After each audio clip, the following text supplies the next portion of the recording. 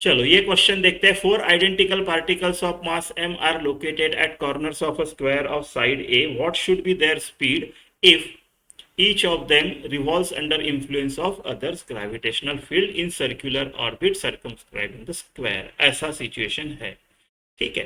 तो कोई भी एक मास ले लो, राइट, इसके ऊपर क्या क्या फोर्सेस लग रहा है वो निकालते हैं। तो इसके ऊपर जो नेट ग्रेविटेशनल फोर्स लग रहा होगा वो along the radius toward centre होना चाहिए, because that will be the centripetal force. So यहाँ पे इस सर्कुलर मोशन के लिए, इस पार्टिकल का ऐसा सर्कुलर मोशन के लिए जो आपका ये चाहिए centripetal force, that will be provided by gravitational force. तो ये वाला पार्टिकल लेते हैं, राइट, इसका मास m है, इसको लेते हैं। तो इसको इसकी वजह से एक फोर्स ऐसा लगेगा, इसको इसकी वजह से एक फोर्स ऐसा लगेगा, और इसको इसकी वजह से एक फोर्स ऐसा लगेगा, ठीक है, ऐसा आएगा।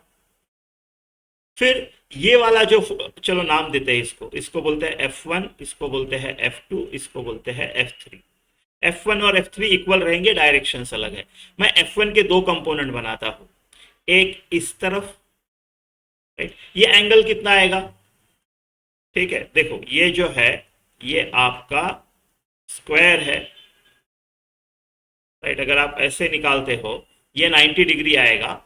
तो और ये दोनों रेडियस आ जाएंगे इसके, तो ये 45 यानी ये आपका 45 डिग्री हो जाएगा एंगल, है ना, 45 डिग्री हो जाएगा। या फिर आप ऐसा ले लो, ये 90 डिग्री है, स्क्वायर है ना, तो ये 90 डिग्री है, उसका बाइसेक्टर 45, ठीक है। तो ये आ जाएगा आपका F1 साइन 45। F3 का भी ऐसा ही एक कंपोनेंट आएगा, F3 साइन 45। और F1 और F3 के कंपोनेंट्स इस तरफ भी आएंगे, वो क्या होंगे, F1 cos 45, F3 cos 45। तो मेरा नेट टू नेट फोर्स जो लग रहा है टूवर्ड सेंटर, वो क्या है, जो कि सेंट्रीपिटल फोर्स प्रोवाइड करेगा। तो F नेट जो लग रहा है इस मास पे, वो लग रहा है F2 प्लस 2 टाइम्स कर लेते हैं, दोनों इक्वल रहेंगे। ये F1 cos 45, F3 cos 45 equal रहेंगे, डिस्टेंस सेम है, मासेस सेम है, Gm1m2 upon are square same आएगा, और कंपोनेंट cos 45 भी सेम है। सो 2 टाइम्स पकड़ लो F1 cos 45। F2 कितना आएगा आपका, F2 जो है वो सीधा सीधा है ना, ये इधर एक मास है, डिस्टेंस कितना आएगा इन दोनों के बीच का, ये डिस्टेंस आएगा। अच्छा, ये डिस्टेंस कितना होगा, देखो आपके पास ये सर्कल का रेडियस है, चलो इसको r बोल लेते हैं, और ये साइड ऑफ स्क्वायर a है, ये r पाइथागोरस थ्योरम लगाओगे तो आपको पता चलेगा a इज r√2, है ना, r√2। अच्छा, a के टर्म्स में चाहिए, तो 2r, r is equal to a upon √2। तो 2r क्या होगा मेरा F2 के केस में 2r होगा ना डिस्टेंस, तो 2r जो होगा वो 2 times a upon √2, and 2r will be equal to a√2। तो F2 जो होगा वो Gm² अपॉन a√2 का स्क्वायर यानी 2a², ठीक है, plus 2 into cos 1 45 1 upon √2।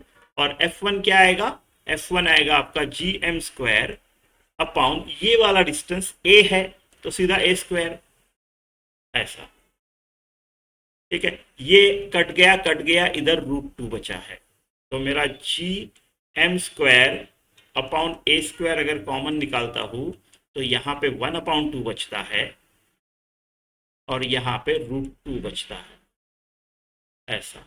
And this should be equal to centripetal force, this is providing centripetal force और balancing centrifugal force.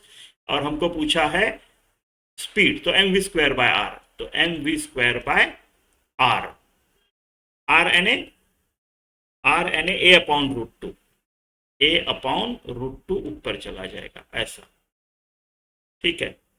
तो Gm² अपॉन a², इसको मैं ऐसे लिखता हूं, 1+2√2/2 is equal to mv² √2a। एक ए काट दिया मैंने, ठीक है। ये 2 इधर लेके जाऊंगा √2, एक एम भी काट देता हूँ, नहीं उधर नहीं लेके जाऊंगा, मेरे को वी चाहिए ना, एक एम भी काट देता हूँ। तो मेरे को वी स्क्वायर जो है वो है G M upon 2a into ये √2, है ना, इंटू ये √2, और ये 1 + 2√2, ऐसा। अपने को वैल्यूज चाहिए एक्चुअल, ठीक है, अपने को एक्चुअल वैल्यूज चाहिए, तो देखते हैं कितना आता है, ठीक है। 1 + 2√2, √2 क्या है 1.4, देखो अप्रोक्सीमेट लेते हैं, 1.35, 1.21, 1 पॉइंट दूर दूर है थोड़े बहुत,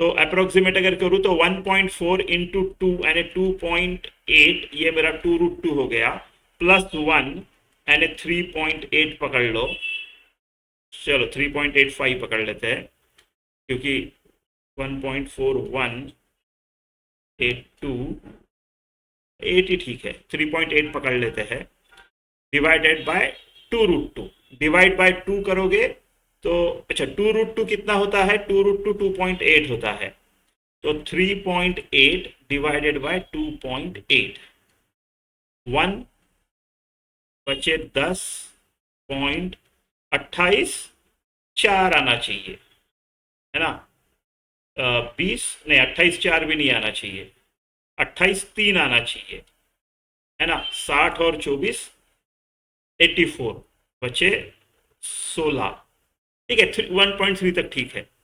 1.3 तक ठीक है। तो वी स्क्वायर जो आएगा वो आएगा आपका जी एम अपॉन ए, और ये आया आपका 1.3 टाइप कुछ, तो है ना। तो आपका जो वी स्क्वायर आएगा, वी स्क्वायर है तो वी जो आएगा वो √GM/a है, और 1.3 का रूट है, 1.3 का रूट है, तो 1.3 का रूट क्या आएगा, किस चीज का स्क्वायर तेरा होगा, ठीक है, तो देखते हैं, ठीक है। देखो 13 का स्क्वायर 169, तो ये 1.7 के ऊपर हो गया इसका स्क्वायर, इसका तो खैर बहुत दूर जाएगा, इसका 1.2 का 12 का 144, तो ये 145 वगैरह टाइप कुछ होगा, और ये 11 का 121 और 12 का 144, तो उनके बीच में ये होना चाहिए, अगर आप कैलकुलेशन अप्रोक्सीमेट करो तो क्लियर है ना, काफ़ी बाकी के दूर पड़ते हैं, ठीक है, तो ऑप्शन डी।